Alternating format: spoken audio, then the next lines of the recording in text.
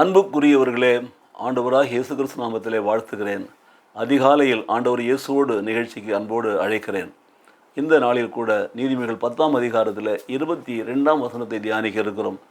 கர்த்தரின் ஆசீர்வாதமே ஐஸ்வர்யத்தை தரும், அதனோடு கூட அவர் வேதனையை கூட்டார்.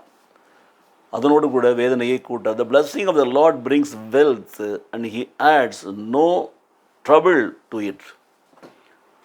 ஐஸ்வர்யத்தை கொடுக்கிற ஆண்டவர் வேதனைகளை கொடுக்க மாட்டார்.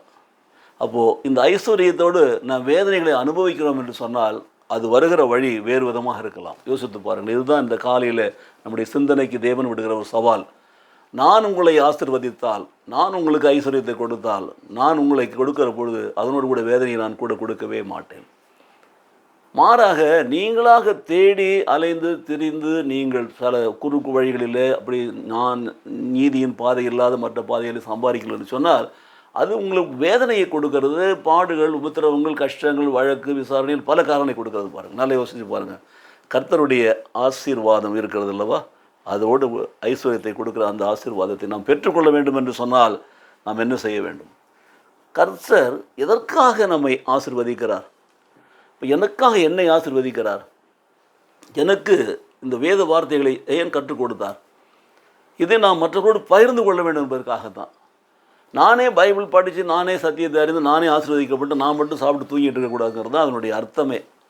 When he gives us wisdom, we have to use it for him only. When he gives us wealth, we have to use it for his glory. In order to get him glorified, what happens? We have to help other people using that wealth. அதுதான் பார்க்கிறார்.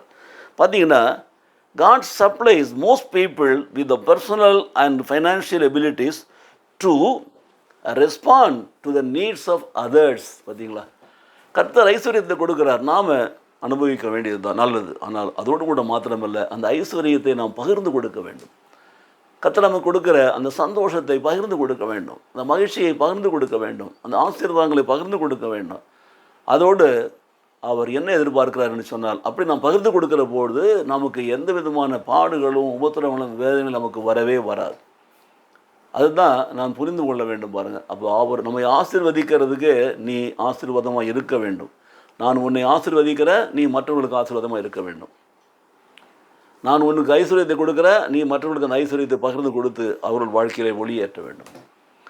நான் உனக்கு ஞானத்தை கொடுக்கிறேன், அந்த ஞானத்தை நீ மற்றவர்களுக்கு பகிர்ந்து கொடுக்க வேண்டும்.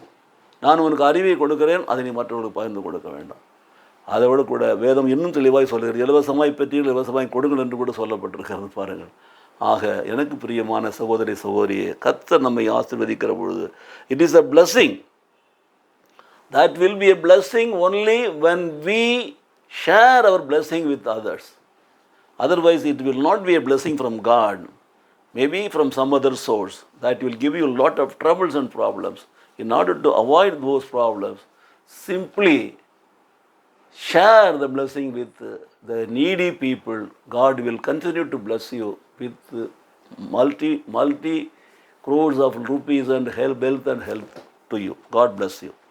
எங்கள் அன்பின் நேசப்பிதாவே, சோதரிக்கிறோம். கர்த்தரின் ஆசீர்வாதமே ஐஸ்வர்யத்தை தரும், அதனோடு கூட வேதனையை கூட்டார் என்று நீதிமொழி 10:22 நாங்கள் தியானித்திருக்கிறோம். கர்த்தாவே, மாத்திரமல்ல, நீர் எங்களை ஆசீர்வதிக்கிற பொழுது அந்த ஆசீர்வாதம் எங்களுக்கு ஐஸ்வர்யத்தை கொடுக்கிற பொழுது அந்த ஐஸ்வர்யம் எங்களுக்கு வேதனை கொடுக்காது என்பதை நாங்கள் உணர்ந்தவர்களாக அந்த வேதனையற்ற ஐஸ்வர்யத்தை எல்லோரும் கூட சேர்ந்து பகிர்ந்து வாழ்கிறோம். இன்னும் எங்களுக்கு வாழ்க்கையில் மகிழ்ச்சி சந்தோஷத்தை கொடுக்கும் என்பதை உணர்ந்தவர்களாக நாங்கள் வாழ எங்களை அர்ப்பணிக்கிறோம்.